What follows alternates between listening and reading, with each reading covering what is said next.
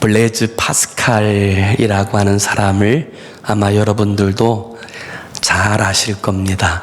프랑스의 유명한 물리학자이자 세계적인 수학자이고 철학자이지요. 이분이 팡세라고 하는 책을 썼는데요. 이 팡세라고 하는 책에 보면 이 파스칼이 인간을 네 부류의 사람으로 구별하여 이야기하는 장면이 등장합니다. 이 파스칼이 이야기하는 첫 번째 부류의 사람들을 가리켜서 하나님을 알지 못하는 사람들이라고 이야기했습니다. 그리고 이 파스칼은 그들이야말로 가장 불쌍하고 불행한 사람들이라고 그렇게 정의해 두었지요. 두 번째 부류의 사람들은 하나님을 찾는 사람들이라고 이야기했습니다. 그렇지만 하나님은 사람의 노력으로 찾아질 수 없는 까닭에 이와 같은 사람들은 외로움과 불안 가운데 행하는 사람들이라고 이야기했습니다. 세 번째 부류의 사람을 가리켜 하나님을 찾은 사람들이라고 이야기하였는데, 하나님을 찾은 사람들, 그들은 참으로 복된 사람들이라고 파스칼은 그렇게 평가했습니다. 그런데 정말 우리가 추구해야 될 네 번째 부류의 삶이 있다는 거예요.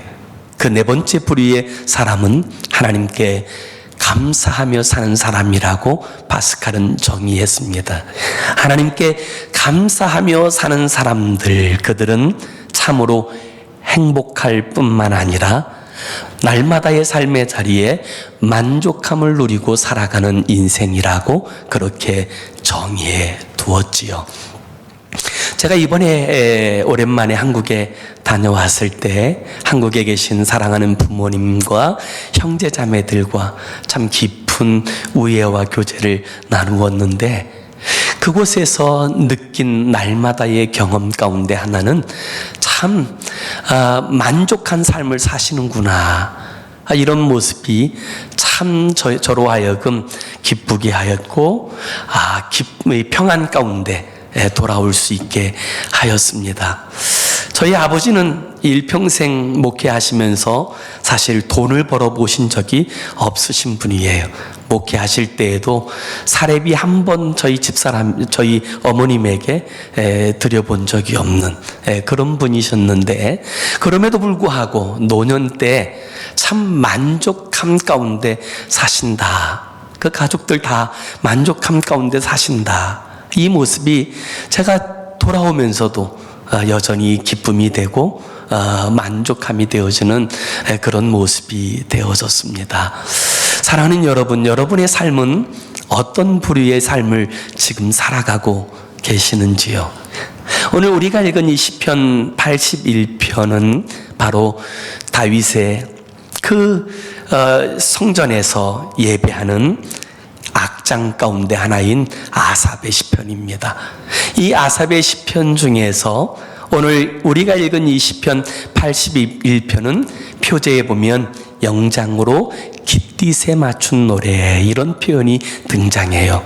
이 깃딧이라고 하는 이 말의 뜻은 기쁜 곡조라고 하는 뜻을 가지고 있는 것인데, 특별히 이 시편 81편은 이스라엘 백성들이 1년 3차례 유월절, 맥주절, 수장절 때 꼭 예루살렘 하나님의 성전에 올라가야 되는데, 그 1년 3차례 하나님의 성전에 올라갈 때마다 불렀던 노래로 그렇게 알려진 시편이 시편 81편입니다. 이 시편 81편의 이 내용은 하나님의 백성들은 어떻게 살아야 만족한 삶을 살 것인가, 이것이 바로 시편 81편의 전체적인 주제라고 이야기할 수 있습니다. 그래서 우리가 읽은 오늘 본문의 마지막 절인 16절을 한번 다시 보세요. 16절에 보면 오늘 성경은 이렇게 말합니다. 내가 기름진 밀을 그들에게 먹이며 반석에서 나오는 꿀로 너를 만족하게 하리라 하셨도다. 기름진 밀로 반석에서 나오는 꿀로 너를 만족하게 할 것이다. 어떤 성도들이 만족함을 누리며 살 것인가? 이것이 바로 이 시편 81편의 주제이기도 하지요. 또 하나 본다면 14절을 한번 보세요. 14절에 그리하면 내가 속히 그들의 원수를 누르고 내 손을 돌려 그들의 대적을 치리니라고 말씀하셨어요. 이 말은 승리하는 삶을 이야기하는 거지요. 하나님께서는 하나님의 자녀 되어진 주의 성도들이 일상의 삶의 자리에서 승리하고 그리고 만족한 삶을 살기를 원하십니다. 그것이 하나님 아버지의 마음이에요.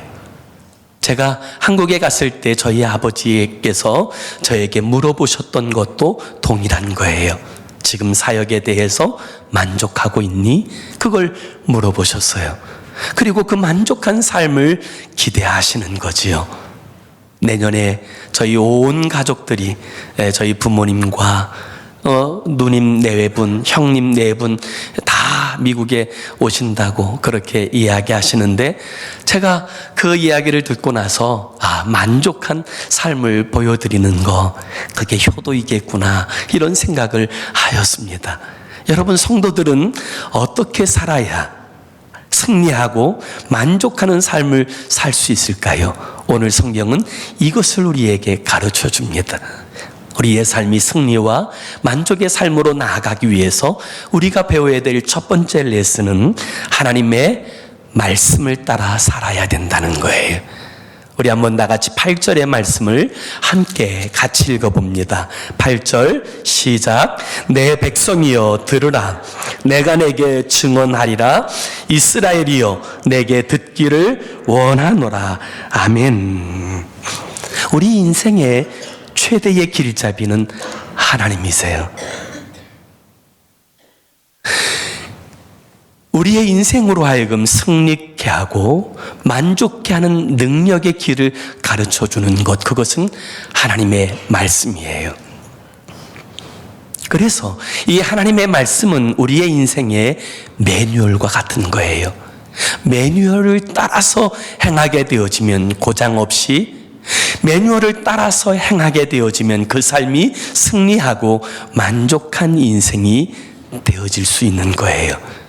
우리의 가정생활도 하나님의 말씀인 매뉴얼을 따라서, 우리의 직장생활도 하나님의 말씀인 매뉴얼을 따라서, 우리의 학업이든 우리의 모든 일상의 삶이 하나님의 말씀인 매뉴얼을 따라서 행하게 되어질 때 그 인생은 반드시 승리하고 만족한 삶을 살게 되는 줄로 믿습니다. 그런데 문제는 하나님의 백성이라고 불려지는 성도들이 하나님의 말씀대로 살기를 원하지 않는다는 거예요. 아니, 하나님을 원하지 않는다는 거예요. 그래서 오늘 본문 11절에 보면 하나님께서 이렇게 말씀하시는 장면이 등장해요. 11절 보세요. 내 백성이 내 소리를 듣지 아니하며 이스라엘이 나를 원하지 아니하였도다. 여러분, 하나님의 백성이 하나님의 소리 듣는 거 원하지 않았어요. 하나님의 백성인 이스라엘 백성들이 하나님을 원하지 않았어요. 그들이 원하는 것은 세상이지 하나님이 아니었어요. 그들이 원하는 것은 돈이었지 하나님이 아니었어요. 하나님은 단지 자신들이 이루고 싶어하는 일의 도구로 그렇게 사용되기를 원하였던 거예요. 그래서 하나님께서 말씀하세요. 그들은 내 소리 듣기를 원하지 않고 나를 원하지 않았다. 여러분, 오늘 이 말씀 앞에서 우리의 삶을 한번 돌아보세요. 정말 우리는 하나님의 소리 듣는 거 기뻐합니까? 하나님의 그 말씀대로 사는 것 기뻐합니까? 하나님을 원하십니까? 아니면 하나님의 백성, 하나님의 자녀라고 하는 이름은 가지고 있지만 실상 우리가 원하는 것은 세상이고 세상이 우리에게 주는 것 같이 착각되어지는 물질, 세상의 재미, 그것이 진정으로 우리가 원하는 것은 아닙니까? 이와 같은 삶에는 절대로 승리와 만족이 없어요. 남태평양 바다에서 화물선 하나가 침몰하는 사건이 벌어졌어요. 그때 선원들은 재빨리 배에서 뛰어내려 구명보트에 올랐다고 합니다. 그런데 유독 한 선원만 그 배에서 꾸물거리며 나오지 않는 거예요. 배가 완전히 파손되어서 물속에 완전히 침몰될 쯤 돼서야 가까스로 배에서 나와서 구명정에 올라탔어요. 이 모습을 본 선장은 야단치듯이 그를 나무랬어요. 그때 이 선원은 이렇게 이야기했습니다. 선장님, 제가 끝까지 남고자 했던 이유는 찾고 싶은 것이 있어서였는데 제가 바로 그 나침반을 찾아왔습니다. 이 망망대해에서 어디가 어딘지 전혀 알지 못하는 곳에서 그들의 길잡이가 되어줄 수 있는 그 유일한 나침반을 찾기 위해서 그는 사투를 벌였던 거예요. 사랑하는 여러분, 인생의 항로에서 우리가 어떻게 살아야 되는지, 어떻게 살아야 승리하고 어떻게 살아야 진정으로 만족한 삶을 사는 것인지를 보여주는 길잡이는 바로 하나님의 말씀이에요. 그래서 이 하나님의 말씀을 날마다 묵상하는 것, 그리고 이 말씀이 내 길을 인도하도록 말씀의 길을 열어주는 것, 그것이 우리의 삶에 얼마나 중요한지는 몰라요. 사랑하는 여러분은 말씀 가운데서 행하고 있습니까? 매일의 삶의 자리에서 말씀을 펴고 하나님께서 나에게 들려주시는 그 음성에 귀 기울이기 위해서 애쓰십니까? 저희 교회에서 지난 6월 달부터 큐티 세미나를 하고, 그리고 매달마다 30여 권의 큐티 책을 책상에 두었어요. 그런데 가져가지 않아요. 공짜로 가져갈 수 있도록 그렇게 마련해 두었지만 가져가지 않아요. 정말 하나님의 백성들이 그 마음에 하나님 말씀 두는 거 그렇게 좋아하지 않는다는 거 알게 되었어요. 그렇지만 진정으로 인생의 승리를 경험하고 진정으로 인생의 만족함을 누리는 비결은 하나님의 말씀대로 사는 거예요. 말씀을 아는 것, 그것이 중요한 것이 아니라 말씀대로 사는 것, 그것이 중요한 거예요. 카나다에 깁슨이라고 하는 사람이 있어요. 그는 아주 가난한 가정에서 태어났지만 카나다에서 세계적인 부호로 이름을 날린 성공한 사업가가 됩니다. 하루는 한 신문 기자가 이 깁슨에게 와서 이렇게 질문한 이야기가 한동안 사람들에게 오르내렸어요. 어떻게 하면 당신처럼 성공한 삶을 살 수 있습니까? 라고 하는 이 질문에 대하여 이 깁슨은 이렇게 이야기합니다. 굳이 내게 그 사실을 이야기하려고 한다면 저는 세 가지를 이야기할 수 있습니다. 그 첫 번째는 절대로 술 마시지 않는 것. 두 번째는 일을 수고롭다고 여기지 않고 부지런히 일하는 것.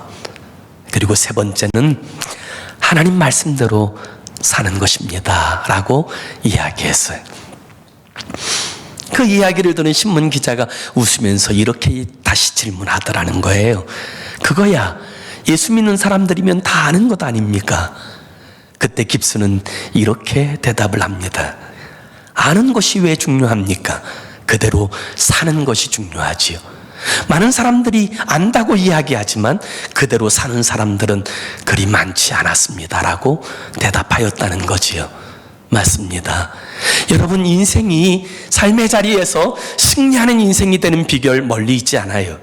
하나님의 말씀대로 사는 거예요. 인생이 참으로 만족한 삶을 사는 비결 멀리 있지 않아요. 하나님 말씀대로 사는 거예요.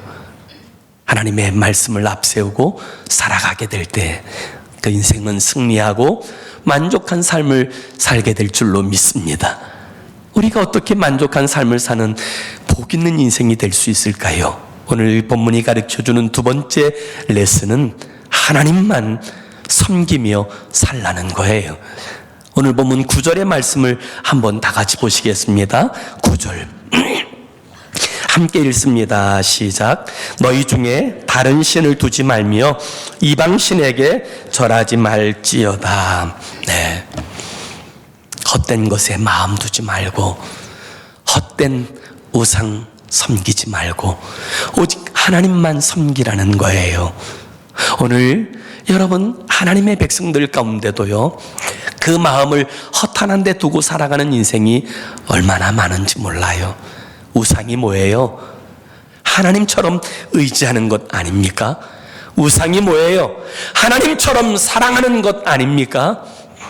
하나님의 백성이 하나님보다 물질을, 하나님보다 사람과의 관계를, 하나님보다 헛된 것에 더 관심을 두고 사랑하며 살아가고 있는 것, 어쩌면 그것이 21세기에 여러분 많은 교회들 가운데 드러나는 모습들이 아닌가, 그런 생각을 합니다. 마태복음 4장에 보면 40일을 금식하신 예수님을 마귀가 시험하는 장면이 등장해요.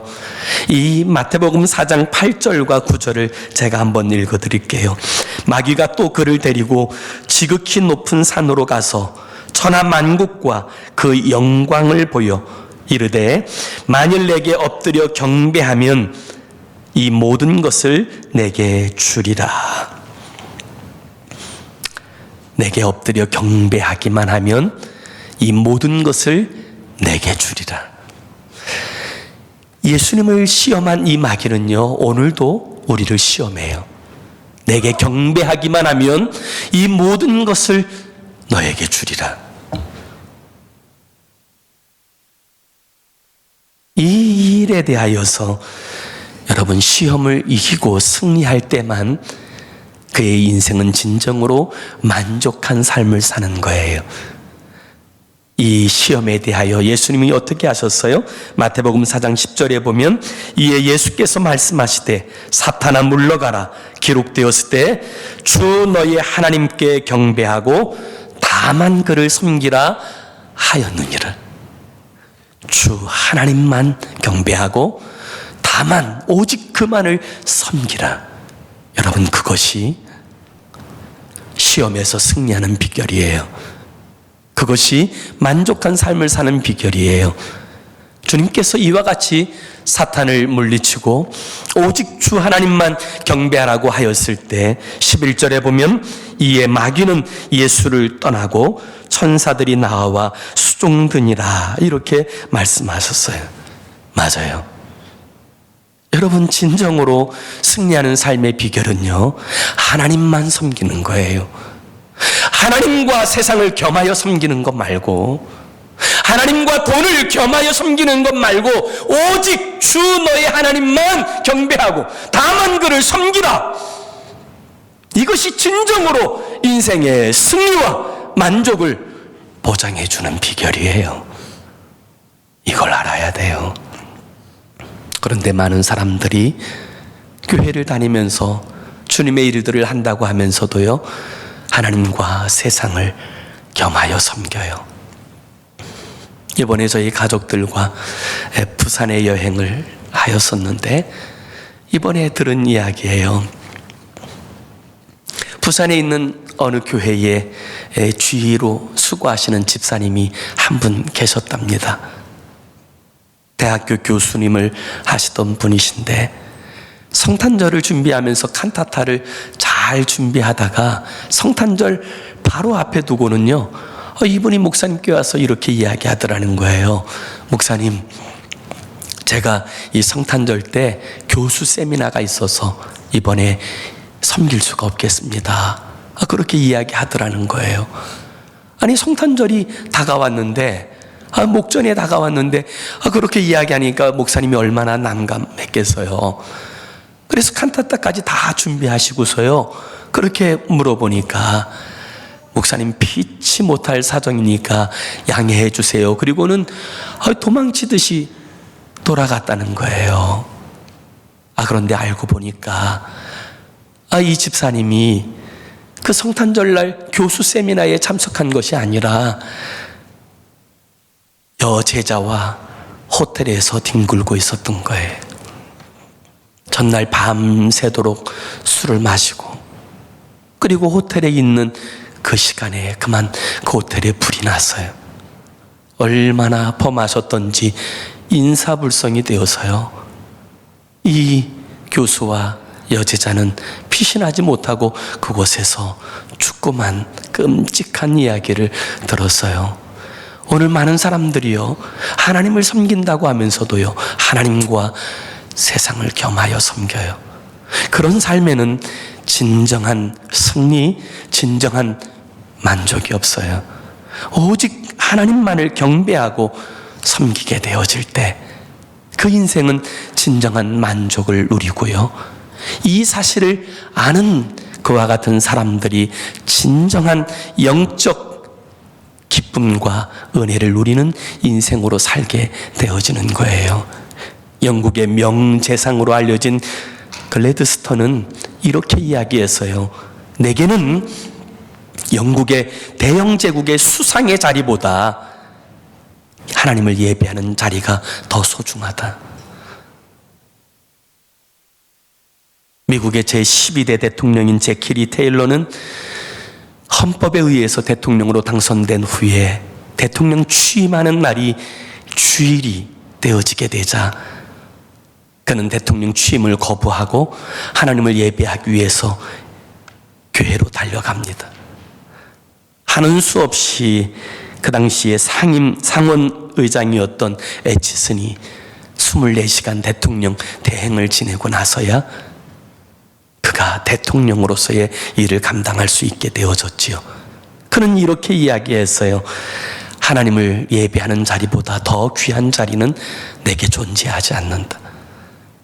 우리가 잘 알고 있는 지미 카터 대통령은 대통령이었으면서도 이렇게 말해요. 대통령은 부업이고 내게는 하나님을 예배하고 아이들을 가르치는 주일학교 교사가 본업이라고 이야기했어요. 여러분, 왜 그와 같은 사람들이 그렇게 이야기했는 줄 아세요? 하나님을 섬기는 것이 무엇인지, 영적인 의미가 무엇인지 알기 때문에 그렇게 이야기한 거예요.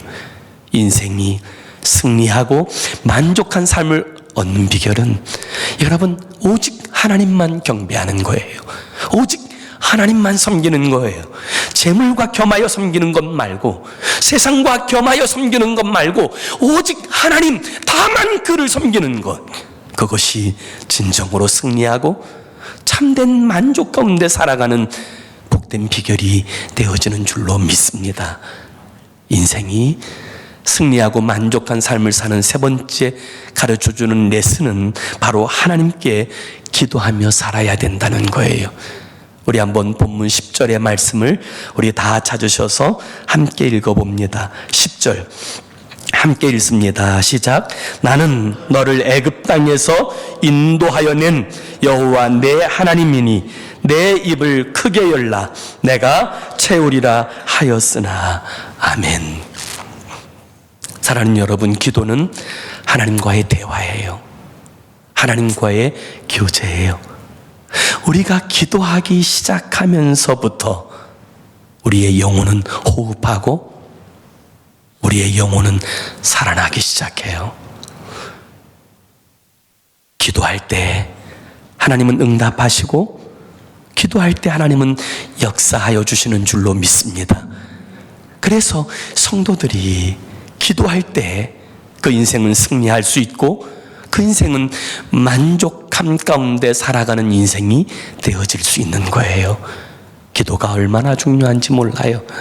그래서 예레미야서 33장 3절에 너는 내게 부르짖으라 내가 내게 응답하겠고 내가 알지 못하는 은밀한 일을 내가 내게 보이리라고 말씀하신 거예요. 여러분, 힘들 때 이게 운명이라니 생각하지 마시고 하나님께서 우리를 하나님 더 가까운 곳으로 부르신다고 여기고 기도하세요. 하나님께 맡기시고 하나님의 은혜를 구하세요. 기도할 때 하나님께서 우리를 위해서 일하시고 역사하시는 하나님의 섭리적인 역사를 경험하는 인생이 되어지는 줄로 믿습니다. 기도하는 것, 그것이 중요해요. 오늘 특별히 10절에 보면 내 입을 넓게 열라 내가 채우리라 말씀하셨어요.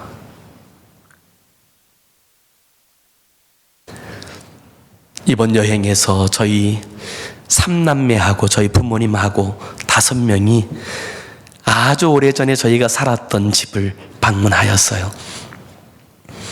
그때도 우리가 살았을 때도 참 아름다운 곳이었는데 가보니까 저희 집이 펜션으로 바뀌어져 있었어요. 물론 수리도 하고 다시 이제 고쳐서 아름다운 펜션으로 바뀌어져 있었는데, 그래서 이제 전화를 해봤더니 하룻밤에 30만 원이래요, 자는데. 주말에는 33만 원이고. 이 펜션으로 바뀌어져 있는데 참 경치가 너무 아름다운 곳이에요. 그곳에 온 가족이 가서 그동안 있었던 이야기에 대해서 한참을 이야기하고 돌아왔어요. 그런데 제가 살았을 때 그 집에는요, 봄만 되면 제비집을 지었어요. 제비집을 지은 지 얼마 되지 않아서 그곳에 알을 낳습니다. 알을 낳고 20일 동안 어미새가 그 알을 보호하고 있으면 새끼가 태어나요. 새끼가 태어나면서부터 제법 시끄럽습니다. 계속 먹이를 달라고 짹짹거리기 시작해요. 그러면 어미가 나가서요, 이 새끼들의 먹이를 구해서 새끼들의 입에 넣어주는데요. 여러분, 어미가 어느 새끼의 입에 먹이를 넣어주시는 줄 아세요? 제가 동물학자의 이야기를 들어보니까 입을 제일 크게 벌린 그 새끼의 입에 먹을 것을 넣어준다는 거예요. 왜요? 그가 지금 가장 간절하기 때문에 그래요. 지금 그가 가장 필요로 하기 때문에 그래요. 그런데 시간이 지나고 나면요, 틀림없이 새끼들 중에도요, 튼실한 새끼들이 있고요, 비실비실한 새끼들이 있어요. 여러분, 영적으로도 저는 그렇다고 생각해요. 하나님의 살아계심을 신뢰하며 하나님 앞에 우리의 모든 문제를 맡기며 믿음으로 하나님 앞에 감사하며 기도하는 그 인생들은 하나님의 놀라운 응답과 역사하심의 은혜를 경험하게 되어질 것입니다. 그러나 입을 크게 벌리지 않고 기도는 하지만 의심하고 염려하고 근심하고 절망하고 하나님에 대한 온전한 신뢰 없이 구하는 인생들은 비실비실한 성도가 될 것이 분명해요. 오늘 하나님께서 우리에게 말씀하세요. 내 입을 넓게 열라 내가 채울 것이다. 넓게 열라 내가 채울 것이다. 나는 너를 애굽 땅에서 인도해낸 너희 하나님 여호와다. 너를 구원한 너의 아버지다. 그 하나님 앞에 우리가 입을 크게 벌려 기도하면 하나님 응답하시고 역사하여 주시는 줄로 믿습니다. 김진웅 목사님이라는 분이 계세요. 투례교회를 섬기시는 분이신데, 이분이 젊었을 때는요, 청계천에 도시빈민 선교 사역을 하셨던 분이에요.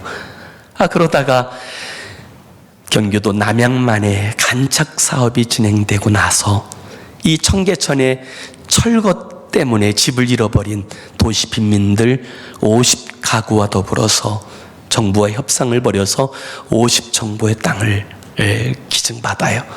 그리고 1975년 11월에 남양만으로 내려가서 이제 농사 짓는 일을 시작해요.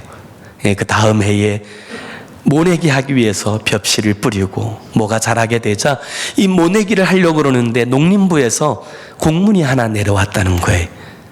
이 남양만 간척 사업한 지가 바로 진행되었기 때문에 지금 모내기를 해도 결코 곡식이 자랄 수 없으니까, 그리고 이 곡식이 자라지 못하는 것에 대해서 정부가 책임질 수 없으니까 올해는 모내기 하지 말아라, 이런 공문이 내려왔다는 거예요. 그런데 당장 모내기를 하지 않고 당장에 소출이 없으면 굶어 죽을 판이니까 하는 수 없이 모내기를 했다라는 거예요. 1차 모내기를 했는데 금세 말라 죽습니다. 다시 다 정리하고 2차 모내기를 했는데 이 두 번째 모도 다 말라 죽는 거예요. 다시 정리하고 세 번째 모를 심었는데도 이 모가 점점 타들어가더니 제대로 성장이 안 되는 거예요. 하는 수 없이 다 긁어 모으고 이쪽 저쪽에서 모아서 네 번째 모내기를 했어요. 이 네 번째 모내기를 하면서 이것마저 성공하지 못하면 살 길이 막히는 거예요.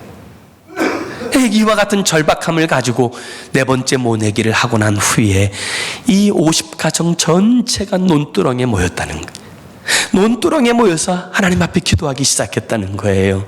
하나님, 이 염분을 좀 다 씻어내려 주십시오. 피를 주셔서 이 염분이 다 씻겨내려가고, 하나님, 이 모에 성공하지 않으면 우리는 죽습니다. 하나님, 주께서 역사해 주십시오. 아이들까지 고사리 손을 가지고 하나님 앞에 나와서 예수님, 피 내려주세요. 염분 씻겨주세요. 그렇게 같이 막 기도했다는 거예요. 한참이나 기도했더니 그날 저녁에 보슬보슬 비가 내리기 시작하더니 열흘을 쉬지 않고 비가 내리더라는 거예요. 그러고 나더니 눈이 펄해졌어요. 그리고 그 해에 풍년이 들었어요. 그리고 그 해에 추수감사절 예배를 드리는데 얼마나 감격스러운 예배를 드렸는지 알 수 없다고 하는 이 김진욱 목사님의 간증을 들었어요. 추수감사절 예배가 끝나고 나자 농림부에서 2명의 공무원이 찾아왔더라는 거예요. 그리고는 이렇게 묻더라는 거예요. 이 간척 사업을 하면 최소한 5년, 6년은 지나야 결실할 수 있는 소득을 거둘 수 있는데 어떻게 이 첫 해에 그런 풍년을 거둘 수 있었습니까? 무슨 농법을 사용하였는지 우리에게 알려주십시오. 그리하여 다른 곳에도 그렇게 적용하도록 도와주십시오. 그렇게 이야기하더라는 거예요. 그래서 목사님이 나한테 묻지 말고 직접 농사 지은 분들에게 물으라고 그렇게 이야기를 했더니 이 농사 지은 분들이 하는 이야기가 기도 농법이라고 이야기했다는 거예요. 그런데 농림부에서 온 이 공무원들은 처음에는 이 기도 농법이라는 말이 무슨 말인지 이해하지 못했다 그래요. 사랑하는 여러분, 오늘도 하나님은 기도에 응답하십니다. 기도함 가운데 일하시고 역사하십니다. 그 하나님을 신뢰하고 여러분 입을 조금 벌리지 마세요. 염려 가운데 벌리지 마세요. 불신앙 가운데 벌리지 말고 믿음으로 크게 입을 벌리세요. 그럴 때 하나님께서 그릇만큼 믿음만큼 채우시고 역사하여 주실 줄로 믿습니다. 하나님의 마음은요, 우리가 승리하고 만족한 삶을 사는 데 있어요. 어느 부모가 자녀가 불만족한 삶을 사는 것, 그것을 기뻐할 부모가 어디 있어요? 당연히 자녀는 만족하게 사는 것, 그것을 보고 싶어 하는 거지요. 우리 영의 아버지이신 하나님도 우리로 하여금 참으로 승리하고 만족한 삶을 살기를 기대하세요. 그래서 우리에게 이 만족한 삶을 살 수 있는 매뉴얼인 하나님의 말씀을 주셨어요. 그래도 얻지 못하면 기도할 수 있도록 지혜를 주시고, 모든 삶의 자리에서 하나님께 의지하면 하나님께서 이끌어 가심을 통하여 승리하고 만족하게 하여 주시는 줄로 믿습니다. 우리의 삶이 하나님 앞에서 만족한 삶을 살아내는, 그래서 날마다 하나님의 흐뭇한 기쁨이 되어지는 저와 여러분의 삶이 되기를 예수 이름으로 축원합니다. 기도합시다. 우리 함께 기도하기 원합니다. 오늘 우리에게 주신 주의 말씀을 좀 깊이 묵상하면서요, 이렇게 기도했으면 좋겠어요. 하나님의 말씀이 내 삶의 기준이 되게 해 주옵소서. 정말 하나님의 말씀이, 하나님과의 관계가 기준이 되는 삶을 살게 하여 주옵소서. 우리가 하나님을 예배할 때, 예배의 자리에 나와서는 이 사실을 인정하면서도 막상 집으로 돌아가면요, 하나님의 말씀 잘 안 들어요. 세상 이야기 듣고, 또 과학적인 이야기 듣고, 학문의 이야기 듣고, 그것이 더 중요한 진리인 것처럼 그렇게 받아들여서 세상적인 삶을 추구하고 살 때가 많아요. 오늘 하나님께서 말씀하세요. 내 백성이 내 소리를 듣지 않고 나를 원하지 않는다. 그들이 돌이켜 내 말을 들으며 그 말 가운데 행하면 내가 그로 승리케 할 것이다. 만족하게 할 것이다. 오늘 이 말씀 가운데서 우리 자신을 돌아보아서 하나님의 말씀이 하나님과의 관계가 내 삶의 기준이 되게 하여 주옵소서. 이것이 우리의 기도의 제목이 되었으면 좋겠고요. 두 번째는 우리 사랑하는 고미란 집사님, 주님 치료해 주셔서 모든 연약한 것 다 극복하고 이겨낼 수 있는 믿음과 능력을 공급해 달라고, 힘을 공급해 달라고, 이 두 가지 제목을 위해서 우리 함께 1분 동안만 함께 기도하겠습니다. 기도합니다. 좋으신 하나님 아버지, 오늘 주의 말씀 앞에서 우리가 섭니다. 하나님, 하나님의 백성들이 하나님의 말씀 듣는 거 원하지 않았습니다. 하나님 말씀대로 사는 것 원하지 않았습니다. 하나님의 백성이라고 불려지면서도 그들이 원한 것은 세상이지 하나님이 아니었습니다. 오늘 우리는 어떻습니까? 하나님, 이 주의 말씀 앞에서 참으로 승리하고 참으로 만족한 삶을 사는 비결이 무엇인지를 분명하게 말씀하셨음에도 불구하고 우리가 세상의 소리는 들으면서 하나님의 말씀을 마음에 새기고 그 말씀대로 살아가려고 하는 일에 게으르고 나태할 때가 너무 많습니다. 하나님 아버지, 주의 말씀이 내 삶의 기준이 되고 하나님과의 관계가 내 삶의 기준이 되어지는 그런 삶으로 나아가는 저희가 되게 하여 주옵소서. 하나님, 기도합니다. 우리 사랑하는 고미란 집사님, 하나님 그 연약함을 돌아봐 주시고 하나님께서 믿음을 더하여 주시고 하나님께서 힘과 능력을 공급하여 주셔서 이 모든 연약함들을 딛고 일어서서 아버지 완쾌 되어져서 함께 예배하는 날이 속히 이르도록 우리 하나님 은혜 베풀어 주시고 주의 역사하심의 영광을 나타내 주시옵소서. 좋으신 하나님, 우리를 영광스러운 하나님의 자녀와 주의 백성 삼으신 은혜를 진심으로 감사합니다. 하나님의 자녀답게, 하나님의 백성답게 사는 우리의 삶이 되게 하여 주시고, 아버지 하나님, 세상의 소리가 아니라 주님의 말씀을 귀 기울이며 그 말씀을 따라 행하여서 승리하고 만족한 삶을 살아내는 저희가 되게 하여 주옵소서. 예수님의 이름으로 간절히 기도 올리옵나이다. 아멘.